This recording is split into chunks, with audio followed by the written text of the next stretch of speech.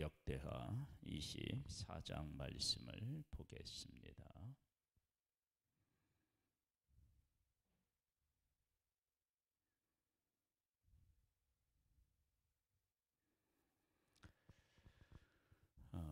요아스 왕에 대한 이야기인데요. 요아스 왕이 입은 은혜가 참으로 큽니다. 하나님이 다윗에게 약속하신 그 약속을 이루시고자 요아스를 보호하시고 그에게 왕관을 씌워주지요. 그런 큰 은혜를 입은 요아스가 어떤 일을 했고 그리고 마지막은 어떻게 되었는지를 통해서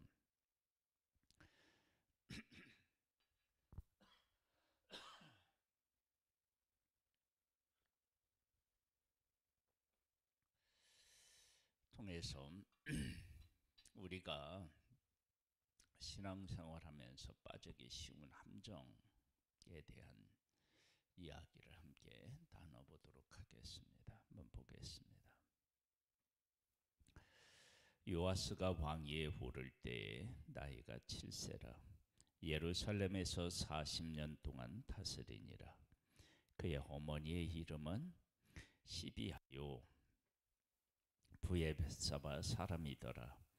제사장 여호야다가 세상에 사는 모든 날에 요아스가 여호와 보시기에 정직하게 행하였으며, 여기 보면 제사장 여호야다가 세상에 사는 모든 날에 그렇게 나옵니다.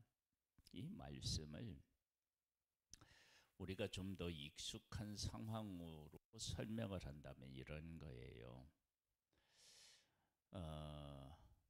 약속의 땅을 정복하고 난 후에 전쟁을 알고 하나님께서 하신 일을 한 그 시대 사람들이 죽었을 때 다음 세대가 하나님을 어떻게 되죠? 모르죠. 하나님을 떠나죠. 약속의 땅을 정복할 때 전쟁을 하고 하나님의 살아계심을 경험한 사람들은 하나님을 섬겨요. 그런데 그 시대 사람이 죽고 난 후에 다음 세대는 하나님을 모릅니다. 모르는 세대가 돼요. 지금 여기는 한 세대는 아니지만 한 인물에 대한 것을 다루고 있는데, 한 인물이 제사장이 살아있을 때는 하나님을 섬기는데 제사장이 떠나니까 타락해요. 누가 타락하냐? 요아스 왕이 타락합니다. 한번 볼까요? 정직히 행하였으며 여호야다가 그를 두 아내에게 장가들게 하였더니, 이 요아스 왕은 모든 왕자들이 죽을 때 포함을 받았습니다. 그 내용이 어디에 나오느냐? 그러면 22장 10절로부터 보면 이렇게 나와요. 아하시아의 어머니 아달랴가 자기 아들이 죽은 것을 보고 일어나 유다의 집의 왕자의 씨를 모두 진멸하였으나 왕의 딸 여호사보아시 아하시아의 아들 요아스를 왕자들이 죽임을 당하는 중에서 몰래 빼내어 그와 그의 유물을 침실에 숨겨 아달랴를 피하게 하였으므로 아달랴가 그를 죽이지 못하였더라. 그러니까 이 요아스는 어렸을 때부터 어떤 은혜를 입었느냐? 죽음에서 면해서 하나님의 보호하심과 사람들의 보호와 사랑, 가르침을 받았던, 어떻게 생각하면 큰 은혜를 받은 사람이고요. 어떻게 생각하면 참 형제들 없이 자라야 했던 그러한 삶이었습니다. 하지만 그는 하나님께서 언약하신 그 언약 안에 있는 사람으로서 하나님의 특별한 사랑과 보호를 받은 것이 분명합니다. 그 보호가 가장 크게 누구를 통해서 요아스 왕에게 임했느냐? 그러면 이제 제사장에게, 여호야다 제사장을 통해서 임한 거예요. 그런데 이렇게 임하게 되니까 어떤 부작용이 나타나게 되었느냐? 그러면 요아스가 여호야다 제사장에 의지하는, 의존되는 그런 삶을 살게 되었다라고 하는 거예요. 이런 부작용이 생긴 거예요. 한번 계속 볼까요?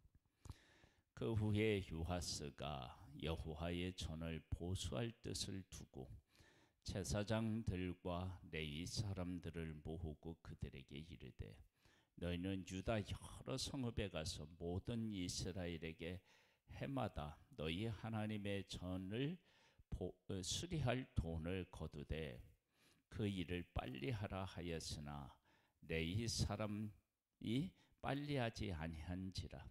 왕이 대제사장 여호야다를 불러 이르되, 네가 어찌하여 레위 사람들을 시켜서 여호와의 종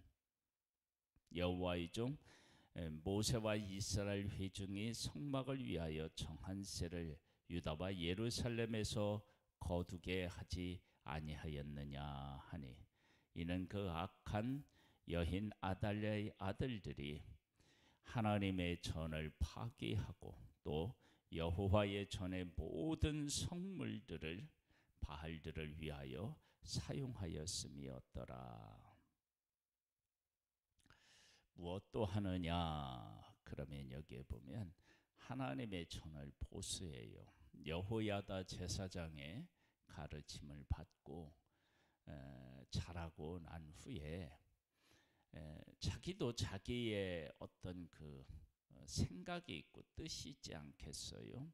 그래서 성전을 수리를 명하는데 여호야다 제사장이 그 일을 제대로 못하니까 불러서 꾸중한다고 얘기를 할까요? 그렇게 하는데 그 다음에 이제 또 어떤 일들이 있느냐?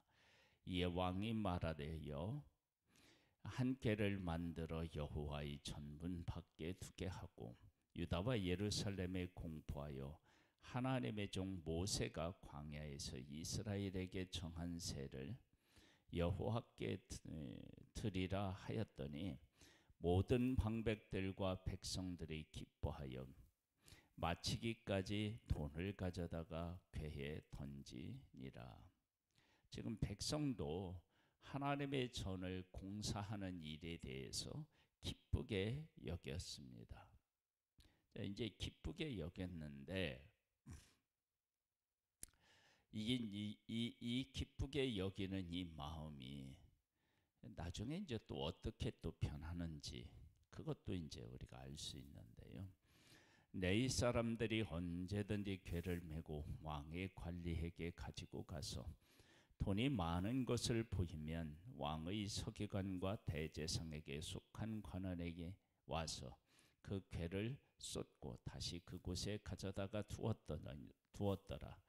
때때로 이렇게 하여 돈을 많이 거두매 왕과 여호야다가 그 돈을 여호와의 전 감독자에게 주어 석수와 목소를 고용하여 여호와의 전을 보수하며 또 철공과 노쇠공을 고용하여 여호와의 전을 수리하게 하였더니 기술자들이 맡아서 수리하는 공사가 점점 진척되므로 여호와의 전을 이전 모양대로 견고하게 하니라.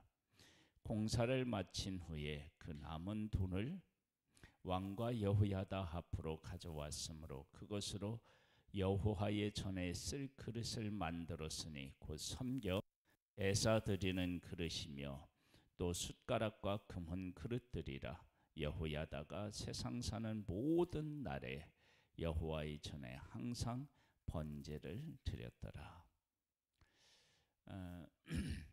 함께 하나님을 섬기는 그런 모습, 서로가 보완하면서 하나님의 뜻을 따르는 모습을 보게 됩니다. 이제부터 이제 또 문제가 생깁니다. 여호야다가 나이가 많고 늙어 죽으니 죽을 때에 130세라. 무리가 다윗성 여러 왕의 모실 중에 장사하였으니 이는 그가 이스라엘과 하나님과 그의 성전에 대하여 선을 행하였음이니라. 행하였음이더라. 여호야다의 그 제사장, 대제사장의 영향력이 얼마나 컸었는지 알 수 있습니다. 그의 손에 의하여서 요아스라고 하는 왕이 자랐고 신앙도 그의 손에 의하여서 그 양육받은 거죠. 신앙도 자라났던 거예요. 여호야다가 죽은 후에 유다 방백들이 와서 왕에게 절하매 왕이 그들의 말을 듣고 그의 조상들의 하나님 여호와의 전을 버리고 아세라 목상과 우상을 섬겼으므로 그 죄로 말미암아 진노가 유다와 예루살렘에 임하니라. 요아스 왕도 여호야다 제사장의 영향을 받고 백성들도 영향을 받아서 왕은 성전을 수리할 마음을 가졌고 백성들은 즐거이 성전 수리에 쓸 재료들을 드리고 돈도 드렸다고요. 그런데 여호야다 제사장이 죽으니까 서로 함께 하나님을 떠나고 우상을 섬기게 된 모습을 보게 됩니다. 이 모습에서 우리는 무엇을 이제 보게 되느냐 그러면 요아스 왕자가 태어났을 때, 그 어렸을 때, 아주 갓난아기 같았을 때 아달랴가 왕자들을 다 죽일 때 보호함을 받습니다. 왜냐하면 다윗 자손으로 하여금 하나님께서 왕위를 끊이지 않게 하시겠다고 약속하셨으니까요. 그렇게 보호해 주어서 특별한 사랑을 받고 자라났어요. 그런데 그렇게 하나님이 특별한 사랑을 요아스에게 주셨는데 그것이 요아스 왕에게 독이 된 거예요. 왜? 사람을 의지하게 된 거예요. 의존적인 신앙이 된 거예요. 사람을 의지하는 신앙. 그래서 교회에서도 가끔 보면 그런 일들이 있잖아요. 나는 누가 나오면 나오고 안 나오면 안 나오겠다. 그런 것들. 그리고 우리 교회처럼 뭐 작은 교회, 뭐 목사가 없는 교회, 뭐 이런 그런 부목사가 없는 교회 같은 경우는 뭐 크게 문제가 안 되지만 큰 교회 같은 경우는 목사님이 여러 분이 계시는 그런 교회 같은 경우는 어느 목사님이 설교하거나 그러면 많이 오고 또 담임 목사가 계시느냐 안 계시냐에 따라서 다르고 이런 문제들이 있잖아요. 그러니까 우리도 알게 모르게 하나님이 주신 크신 은혜잖아요. 요아스 왕이 그 죽을 수밖에 없는 자리에서 구원함을 받고 대제사장이 늘 옆에 있어서 말씀으로 가르침을 받아. 이거 얼마나 큰 은혜입니까? 근데 그 큰 은혜가 하나님을 정말로 만나서 하나님을 하나님으로 인정하는 믿음으로 향하여야 되는데, 사람을 의지하는 그 신앙을 뛰어넘지는 못한 거예요. 그래서 여호야다 제사장이 죽으니까 곧바로 백성들이 왕을 꾀어서 같이 하나님을 떠나고 우상을 섬기는 일이 생긴 것입니다.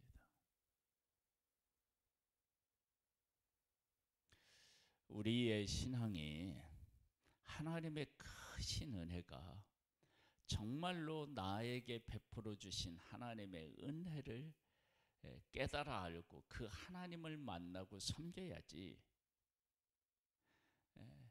하나님께서 내게 베풀어 주신 손길이었던 사람을 의지하게 되면 신앙은 반드시 문제가 생기게 됩니다. 하나님을 의지하는 믿음의 사람들이 될 수 있기를 주님의 이름으로 축복합니다. 그래서 어떤 일이 생겼느냐? 19절에 보면 그러나 여호와께서 그들에게 선지자를 보내사 다시 여호와에게로 돌아오게 하려 하심에 선지자들이 그들에게 경고하였으나 듣지 아니하니라. 선지자를 보내셨다라고 하는 것은 용서하시겠다라고 하는 의미가 담겨져 있는데, 그런데 그들의 말을 듣지 않은 것입니다. 이것은 그들이 얼마나 하나님을 하나님으로 제대로 만나지 못했는지를 알 수 있습니다.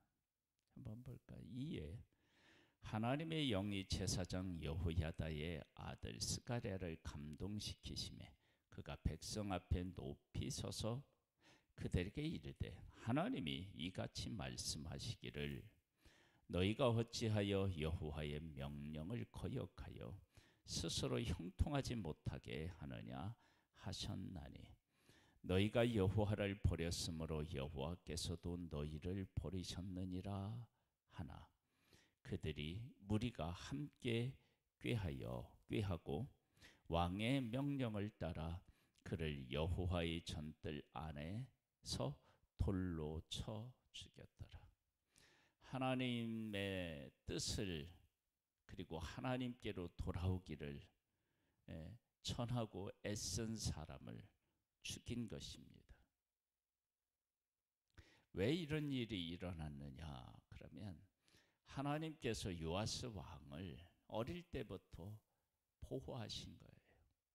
누구를 통해서? 사람들의 손길을 통해서. 그것은 큰 은혜가 아닐 수 없습니다. 하나님의 언약이 성취되는 그 언약의 신실성을 보여주는 것이었습니다. 그런데 그렇게 사람의 손에 의해서 베풀어 주신 하나님의 은혜가 죄인에게 오면 어떻게 변질될 수 있느냐? 사람을 의지하는 신앙으로 변질될 수 있다는 거예요. 그러니까 우리가 조심해야 할 부분이 바로 여기에 있습니다. 내가 정말로 하나님을 하나님으로 만나고 섬겼다 그러면 사람으로부터 오는 영향력을 전혀 받지 않을 수는 없겠지만, 그러나 그 영향으로부터 자유로워야만 내가 믿음 안에 섰다고 할 수 있습니다. 가데스 바네아에서요 12명의 정탐꾼이 약속의 땅을 두루 다녀서 살펴본 후에 백성들의 보고를 하잖아요. 12명이 갔는데 10명은 안 된다. 그들의 보기에 우리는 메뚜기와 같은 존재다. 온 이스라엘이 다 그들의 말에 동조하여 원망하고 애굽으로 가자고 할 때 여호수아와 갈렙은 아니다. 그들은 우리의 밥이다. 그렇게 이야기를 합니다. 그들의 영향에 받지 않아요. 그들이 온 이스라엘이 못 간다고 얘기할 때 그들의 영향을 받지 않고 그들은 하나님의 뜻 안에 서서 하나님의 뜻을 전하고 백성들을 안타깝게 여기고 호소하는 모습을 우리는 볼 수 있습니다. 하나님을 하나님으로 만날 때 볼 수 있는 그런 모습입니다. 우리에게도 사람 때문에 이렇게 하고 사람 때문에 저렇게 하는 그런 사람이 아니라 하나님을 하나님으로 만나서 그 안에서 견고히 서서 끝까지 하나님의 뜻을 따르는 그런 하나님의 사람으로서 승리하기를 주님의 이름으로 축복합니다. 자, 22절입니다. 요아스 왕이 이와 같이 스가랴의 아버지 여호야다가 베푼 은혜를 기억하지 아니하고 그의 아들을 죽이니 그가 죽을 때에 이르되 여호와는 감찰하시고 신원하여 주옵소서 하니라. 1주년 말에 아람 군대가 요아스를 치려고 올라와서 유다와 예루살렘에 이르러 백성 중에서 모든 방백들을 다 죽이고 노략한 물건을 다메섹 왕에게로 보내니라. 아람 군대가 적은 무리로 왔으나 여호와께서 심히 큰 군대를 그들의 손에 넘기셨으니 이는 유다 사람들이 그들의 조상들의 하나님 여호와를 버렸습니다. 이와 같이 아람 사람들이 요아스를 징벌하였더라. 요아스가 크게 부상하며 적군이 그를 버리고 간 후에 그의 신하들이 제사장 여호야다의 아들들의 피로 말미암아 반역하여 그를 그의 침상에서 쳐서 죽인지라. 타이성에 장사하였으나 왕들의 묘실에는 장사하지 아니하였더라. 반역한 자들은 암몬 여인 시므앗의 아들 사밧과 모한 여인 시므릿의 아들 여호사밧이더라. 요아스의 아들들의 사적과 요아스의 중대한 경책을 받은 것과 하나님의 전을 보수한 사적은 다 열왕기 주석에 기록되니라. 그의 아들 아마샤가 대신하여 왕이 되니라. 요아스 왕만큼 큰 은혜를 입은 왕이 또 있을까? 그렇게 많은 은혜를 입은 요아스 왕이 하나님을 제대로 만나지 못해서 여호야다 제사장이 죽은 후에 백성이 꾀니까 그 백성들의 꾀임에 빠져서 하나님을 버리고 우상을 섬기게 됩니다. 선지자들을 보냈는데도 듣지 않습니다. 제사장에게 하나님의 영을 감동시켜서 하나님의 뜻을 전했는데 그를 죽입니다. 하나님께서는 하나님의 크신 은혜를 베푸는 것을 깨닫지 못하고 돌아오지 않는 요아스를 아람 군대에 의하여서 죽게 하시고 그리고 묘실에도 들어가지 못하게 하셨습니다. 우리는 하나님께로부터 오는 은혜를 받습니다. 특별히 은혜가 보통 누구를 통해서 우리에게 임하느냐 그러면 사람을 통해 임합니다. 그 사람을 통해 하나님의 은혜가 우리에게 임할 때 우리가 빠지기 쉬운 함정이 뭐냐면 하나님이 쓰신 사람을 의지해서 하나님을 제대로 만나지 못한다는 그런 약점을 가질 수 있습니다. 그렇게 되면 어떻게 되냐?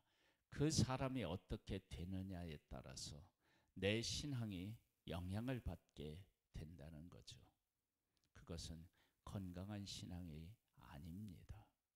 우리는 하나님께서 베푸시는 은혜를 통해서 사람을 통해서 은혜를 베푸실 때 그 사람에 대한 감사는 분명히 해야죠.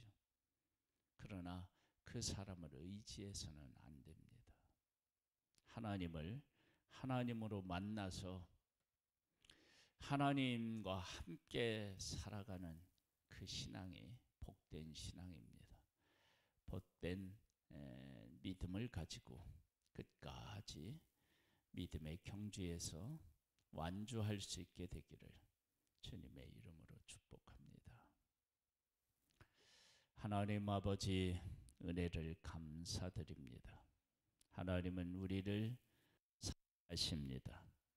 그 사랑이 우리에게 임할 때 사람을 의지하지 않고 하나님을 하나님으로 만나는 그런 믿음의 사람이 되기를 원합니다. 은혜 위에 은혜를 더하시는 하나님을 찬양하고 예수님의 이름으로 기도드립니다. 아멘. 하늘에 계신 우리 아버지여, 이름이 거룩히 여김을 받으시오며 나라에 임하옵시며 뜻이 하늘에서 이룬 것 같이 땅에서도 이루어지리이다. 오늘날 우리에게 일용할 양식을 주옵시고 우리가 우리에게 죄 지은 자를 사하여 준 것 같이 우리 죄를 사하여 주옵시고 우리를 시험에 들게 하지 마옵시고 다만 악에서 구하옵소서. 대개 나라와 권세와 영광이 아버지께 영원히 있사옵나이다. 아멘.